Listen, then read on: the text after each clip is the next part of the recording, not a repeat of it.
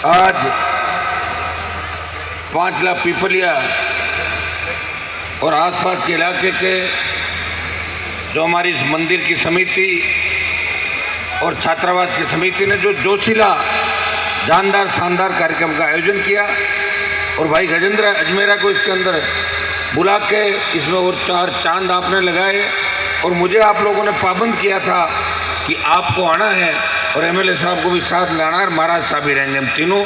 इसलिए मैं आज सारे कार्यक्रम छोड़ के आपके बीच लगातार 3 घंटे से बैठा हूँ और अभी शायद घंटा भर में और बैठूंगा, क्योंकि नहीं तो फिर निकल जाऊंगा। अब इसलिए मुझे बैठ के पूरे राजस्थान के अंदर आज 5 लाख का संदेश जाना चाहिए कि वीर तेजा जी के भक्तों का सैलाब जिस तरह रात को सीकर में उमड़ा था, उसी तरह 5 लाख सिद्धा की पावन धरती पर वीर तेजा जी के भक्त और जसनाथ जी के भक्त पूरी रात इन सरकारों से लोहा लेने वाले लोग डटे हुए थे और भजन संध्या का आनंद ले रहे थे। भाइयों 2 जोरदार जयकारे लगाए।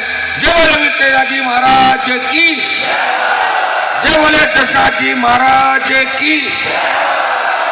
मंचासीन परम आदरणीय 5 लाख सीधा पीठ के पीठाधीश्वर मैन सूरजनाथ जी, खींवसर के विधायक छोटे भाई नारायण बेनीवाल,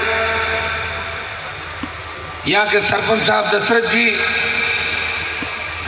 भाई पंचायत समिति के सदस्य रामेश्वर, सम्मानित मंच, उपस्थित मौजूद बुजुर्गों, नौजवान साथियों, और मैं पहली बार देख रहा हूं जब मंदिर के कार्यक्रम की प्राण प्रतिष्ठा और 1 साल पहले जब मंदिर उद्घाटन का कार्यक्रम हुआ था, उस समय भी मात्र शक्ति हजारों की तादाद के अंदर थी और आज 10 बजे से लगा के 2 बजने को है और माताएं बहनें बैठी है। निश्चित रूप से 2023 के अंदर ऐसा बदलाव होगा राजस्थान के अंदर जिसकी उम्मीद पूरा देश कर रहा है।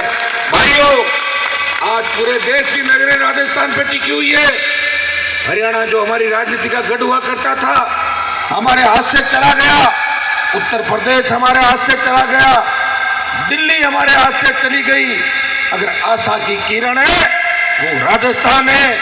आपको मजबूती रखनी है। जिस विधानसभा क्षेत्र के अंदर 5 लाख से मैं संबोधन कर रहा हूं, ये तो मजबूत इलाका है। 2018 के अंदर मैं वोट मांगने आपके बीच नहीं आया। आपने मुझे कहा था हनुमान जी आप राजस्थान संभालो, खींवसर को हम संभालेंगे, और आपने कांग्रेस के प्रत्याशी को 17-18 हजार वोटों से बिना मेरे आए 2 बार के संबोधन में आपने आश्वस्त किया और पूरे राजस्थान में संदेश दिया कि हमारा नेता राजस्थान में बदलाव करेगा, हम खींवसर में हनुमान को कमजोर नहीं होने देंगे। और ये संदेश पूरे देश के अंदर आपने दिया। भाइयों, हनुमान बेनीवाल ने राष्ट्रीय लोकतांत्रिक पार्टी का गठन किया। पुकार भरी मेरे भाइयों के लिए। मैं जब निकलता हूँ सड़क पे तो मुझे ये टोल नाके अच्छे नहीं लगते। मैं चाहता हूँ कि किसान को मुफ्त बिजली मिले राजस्थान के अंदर। राजस्थान बिजली उत्पादन के अंदर विंड एनर्जी और सोलर एनर्जी के उत्पादन लगातार जो बढ़ रहा है, उसके बाद 1 नंबर की ओर आ जाएगा। हम चाहते हैं कि यहाँ के किसानों को फ्री बिजली मिले और घरेलू उपभोक्ताओं को आधी दर पर बिजली मिले। ये मामला जब मैं एनडीए के अंदर दिल्ली में था तो एक बार लोकसभा के अंदर मेरे कई कांग्रेस के साथी राजस्थान में कहते थे कि हनुमान जी तो मोदी के साथ हो गए और संघर्ष भूल गए। भाइयों, उस समय भी आपने सुना होगा मैंने संपूर्ण कर्ज माफी की बात हिंदुस्तान की सबसे बड़ी पंचायत के अंदर एनडीए में रहते हुए उठाई थी। मैंने कहा देश को अगर मजबूत करना है तो जिस तरह धन्ना सेठों का कर्जा माफ किया, एक बार देश के तमाम किसानों का सारा कर्जा माफ करें। मैंने यह भी कहा था कि शेष पेट्रोल डीजल के दाम लगातार बढ़ते रहते हैं। आज राजस्थान की सरकार दिल्ली पे बात टाल देती है और दिल्ली वाले कहते हैं कि स्टेट शेष कम करे, टैक्स कम लगाए, जनता पिछ रही है। आज चित्तौड़ के अंदर मुख्यमंत्री महापंचायत कर रहे हैं। आप ये बताओ कि कोई मुख्यमंत्री को महापंचायत करने की आवश्यकता पड़ी क्या? हो सकता है कि तीनों दिल्ली के तीनों बिलों के खिलाफ अगर कांग्रेस को मोर्चा खोलना था तो अशोक जी 2018 के अंदर जब आपका पप्पू राजस्थान के अंदर आया था तो संपूर्ण कर्ज माफी की बात करके गया था। पूरा कर्जा माफ कर देते आप किसानों का, और कर्जा माफ करने के साथ साथ बिजली माफ कर देते, टोल मुक्त कर देते, और उसके बाद मैं भी आपके साथ दिल्ली कूच कर देता। हमें किसान को बचाना है, राजस्थान को बचाना है। इन किसान बिलों की आड़ के अंदर अगर कांग्रेस राजनीति करना चाहेगी तो 55 साल कांग्रेस ने देश में राज किया था। कांग्रेस और भारतीय जनता पार्टी एक सिक्के के दो पहलू है, ये एक ही चीज है, दोनों एक बार ये एक बार ये।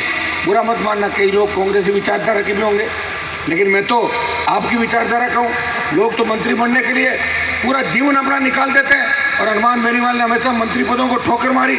जिस तरह वीर तेजाजी महाराज ने 1000 साल पहले गायों के लिए लड़ते हुए अपने प्राण न्यौछावर किए और वचन निभाया, उसी तरह हनुमान बेनीवाल ने जब राष्ट्रीय लोकतांत्रिक पार्टी बनाई तब मेरे भाइयों को और किसानों को आश्वस्त किया था कि अगर आवश्यकता पड़ी तो प्रधानमंत्री के खिलाफ भी मोर्चा खोल दूंगा।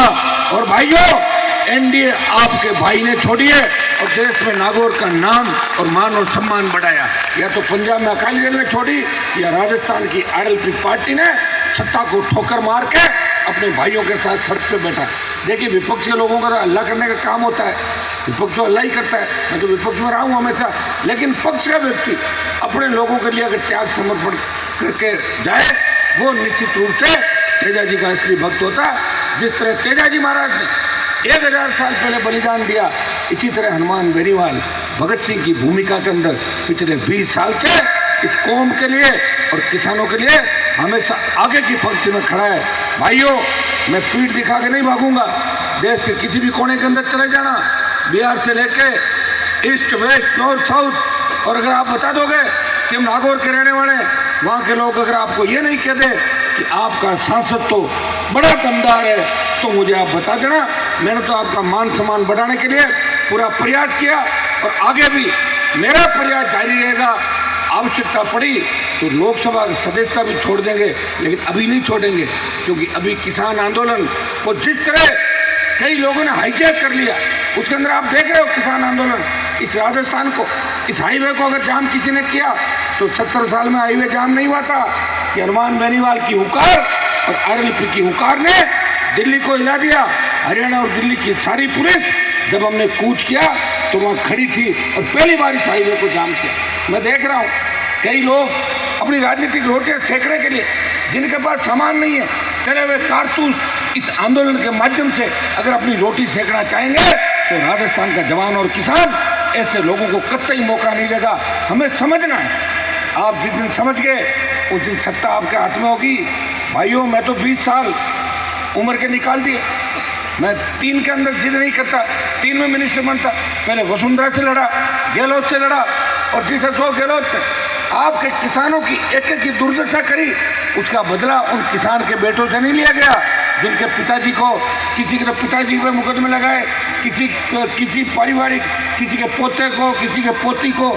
जिस तरह मेरे हिसाब से इसने राजनीति में रोका, और अगर आप सबका कर्ज किसी ने चुकाया तो गहलोत के बेटे को चुनाव हराने के अंदर हनुमान बेनीवाल की सबसे बड़ी भूमिका रही, और अशोक गहलोत को जादूगरी बुला दी राजस्थान के अंदर। और मोदी जी को भी दिखा दिया कि राजस्थान का किसान का बेटा है, जाट है, मजबूत है, हिलने डुलने वाला नहीं है। और पार्लियामेंट के अंदर राष्ट्रपति का अभिभाषण को भी रोका और प्रधानमंत्री जी को भी रोका 2 बार। ये तो आप रोज देखते हो। भाइयों, मैं तो इसलिए ये बात कह रहा हूँ, ये वीर तेजाजी महाराज का कार्यक्रम है, और तेजाजी महाराज ने एक संघर्ष किया, एक लड़ाई लड़ी और एक छाप छोड़ी, और हमारे कुल का नाम रोशन किया पूरे देश के अंदर।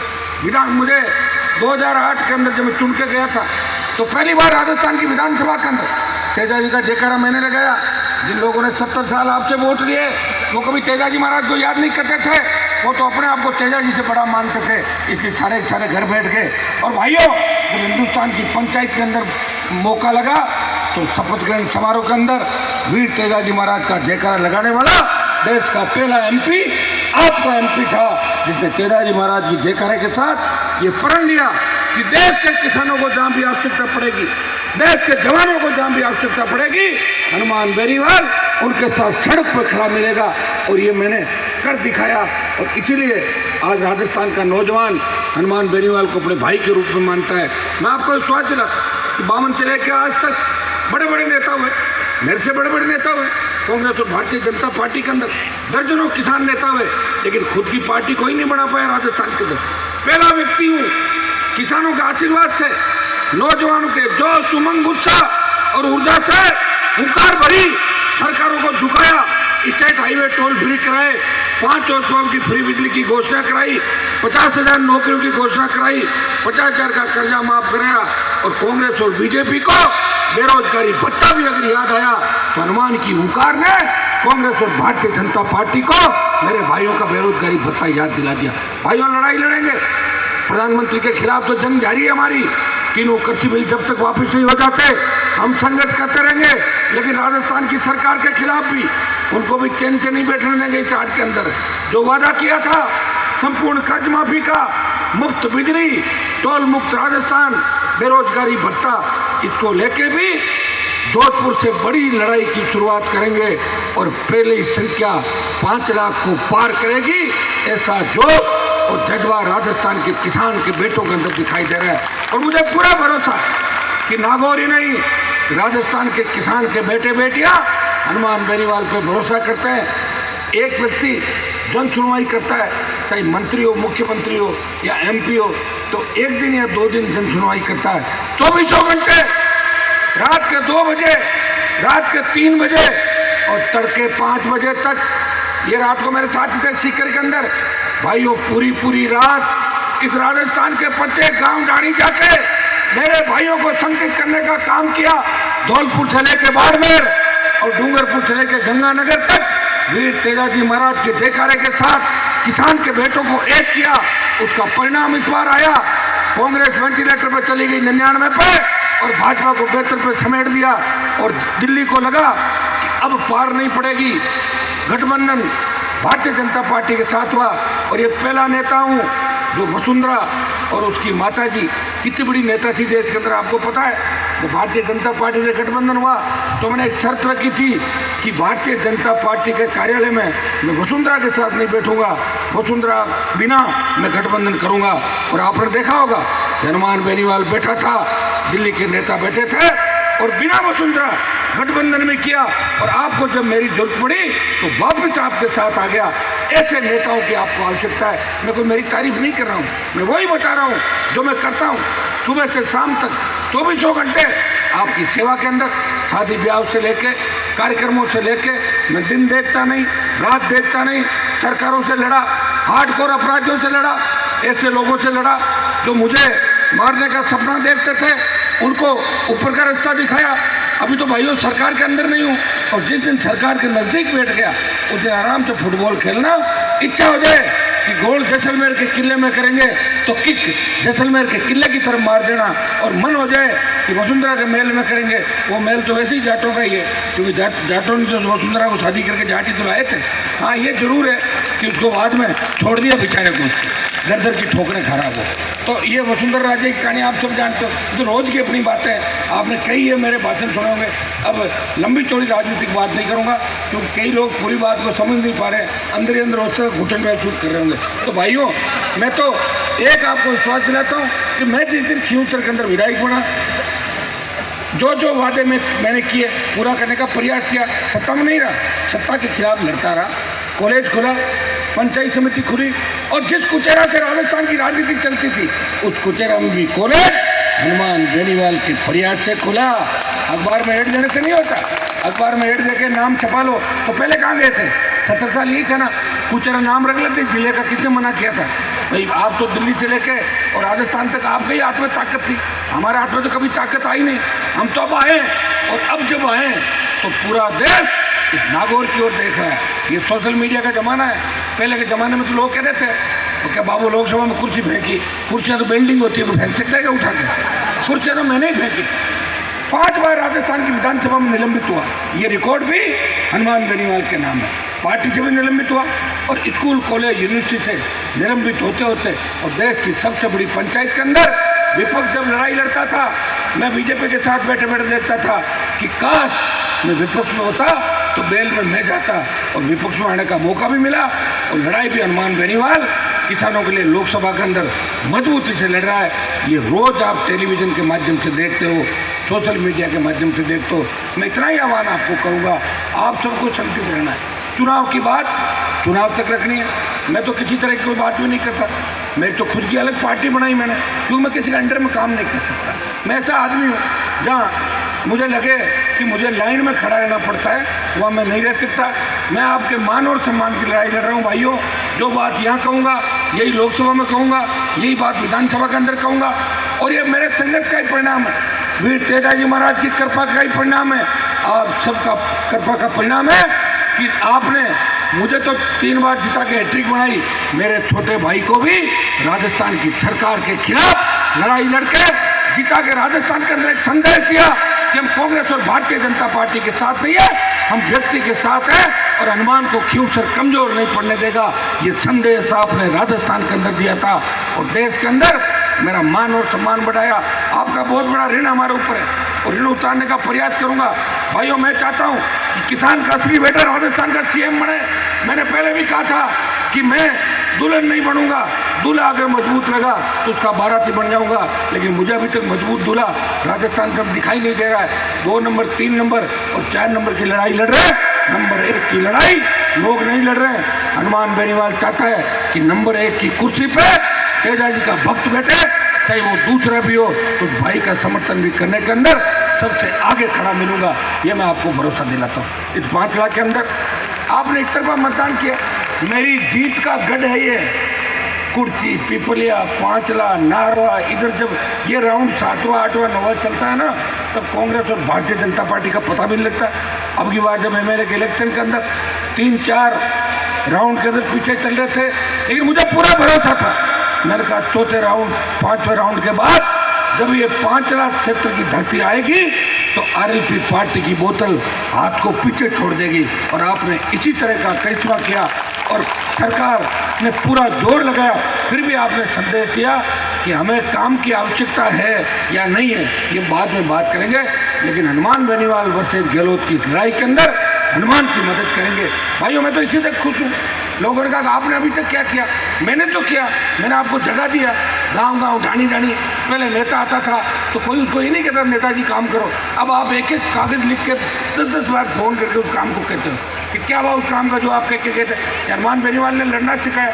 जिस तरह आज़ादी के अंदर दीवाने तो कई थे, कई लोग फांसी के फंदे पर चढ़े, कई लोगों ने कुर्बानी दी, लेकिन याद भगत सिंह को क्यों किया जाता है?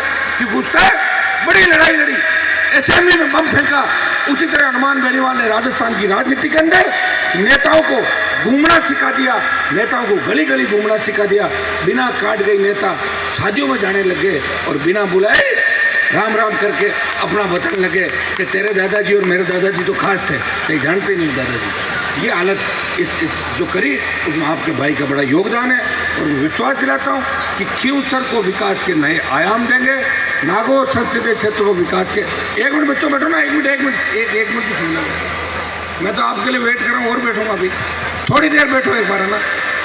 इस 5 लाख पिपलिया, नारवा, कुर्ची, कांटिया, मेराथल से लेके जो थली का हमारा इधर का इलाका पांचोड़ी का, यह सबसे बड़ी दिक्कत अब सड़कों की।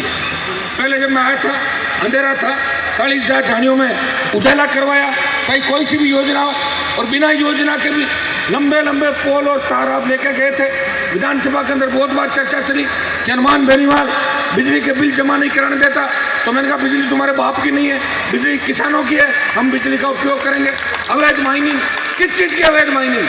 हमारे खेत से अगर पत्थर खोद रहे वो अवैध नहीं है, नीति में बदलाव करो और खेत खनन के पट्टे जारी करो। मैंने आपकी हर चीज़ का ध्यान रखा, प्रयास किया, पानी भी आया नहर का, स्कूल भी खुले, सड़कें भी बनी, लेकिन 3 पंचायत के अंदर जो सड़कें बननी चाहिए थी, अभी जहाँ मैं खड़ा हूँ, 5 लाख, पिपलिया, नारवा, कांटिया, कुर्सी, जो बड़ी पंचायत है, और उसके बाद अगला जो ये छोर आता है सड़कों के मामले के अंदर हम पीछे हैं। यहाँ लोग ढाणियों में ज़्यादा रहते हैं और लोगों को बड़ी दिक्कत होती है। अभी प्रधानमंत्री ग्राम सड़क योजना से पहले नागौर जिले को 216 किलोमीटर सड़क मिली थी, उसमें खींवसर की उपेक्षा की। कई दूसरे विधायक जो सचिन पायलट के खास हुआ करते थे तो पीडब्ल्यूडी मंत्री से लिखा के ले गए, खींवसर को पीछे छोड़ दिया। अरे मैंने कहा भाई एमपी तो मैं हूँ नागौर का, मेरे बिना प्रधानमंत्री की योजना कैसे आएगी? उसको रद्द करा के और 350 किलोमीटर सड़क आज और कल के अंदर दिल्ली से यहाँ पर आएगी, जिसमें सबसे ज़्यादा सड़कें पीपलिया, पांचला, नारवा, कुर्ची, ये तो 4-5 पंचायत बताई है। अभी तो एक सड़कों का लोड देख लो, 2-3 महीनों के अंदर और लोड आएगा और 1 साल के अंदर प्रत्येक व्यक्ति ये कहेगा कि अब हमारे सड़कों की जरूरत नहीं है, करीब करीब सड़कें पूरी हो गई। ये 1 साल के अंदर आपके मुंह से मैं खुश सुनूंगा, क्योंकि दिल्ली का पैसा अब खियूसर और नागौर की धरती पे लगेगा। मेरी लड़ाई, दिल्ली से लड़ाई भी जारी रहेगी और काम भी जारी रहेगा। काम करना मुझे आता भाइयों, इसकी चिंता मत करो।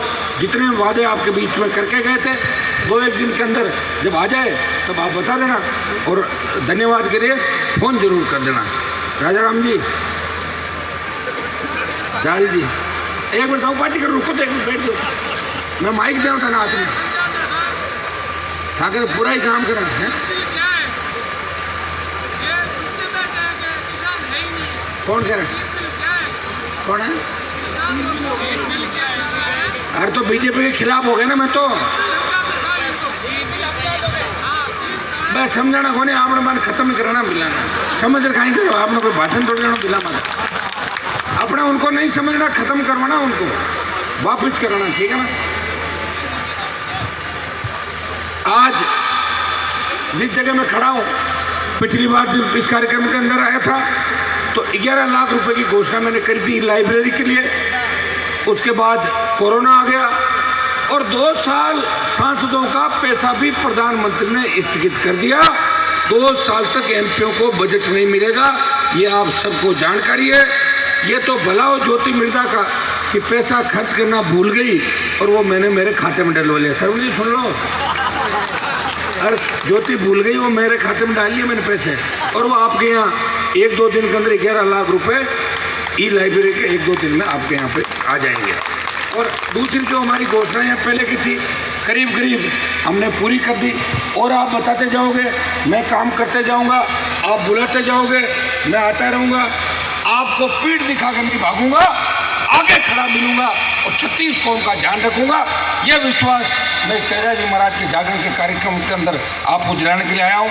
आपकी बड़ी कृपा लगातार 2008 से ही नहीं, 8 से पहले से भी जब भी आवश्यकता पड़ी, ये वो इलाका है जसनाथ जी महाराज की बहुत बड़ी आसन पीठ है।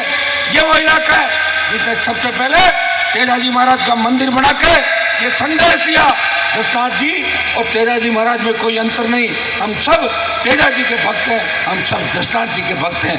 भाइयों, मैं 5 इलाके मेरे भाइयों को धन्यवाद देना चाहता हूँ। इस इलाके के अंदर भव्य तेजाजी का मंदिर बना के आपने पूरे राजस्थान के अंदर संदेश दिया, बाड़मेर तक संदेश दिया। और ये जिस हिसाब से लोगों की आस्था और आप लोग एक ये समिति जिस हिसाब से काम करिए, मुझे लगता है कि आने वाले समय के अंदर बहुत बड़ा मेला हर बार तेजाजी महाराज का, जसनाथ जी महाराज के साथ साथ तेजाजी महाराज का मेला भी 5 लाख के अंदर बढ़ना शुरू हो जाएगा। मैं नौजवानों को आश्वस्त करना चाहता हूँ, आप चिंता नहीं करें, आपका भाई आपको उस लक्ष्य पे जो आपने सोच रखा है उस जगह लेके जाएगा। तभी इसकी सत्ता आपके बिना राजस्थान के अंदर नहीं आएगी, ये मैं आपको आश्वस्त करना चाहता हूँ। ये खियूसर है जिसने राजस्थान के अंदर बदलाव की बात करी, तीसरे मोर्चे की बात अगर उठी तो खियूसर की धरती से उठी, 5 लाख की धरती से उठी। और वो पिछली बार दोनों पार्टियों को वेंटिलेटर और विपक्ष में रख दिया। और तेईस के मिशन के अंदर मुझे पूरा भरोसा है कि नागौर जिला, पूरा राजस्थान एक राय होके नया बदलाव राजस्थान के अंदर करेंगे।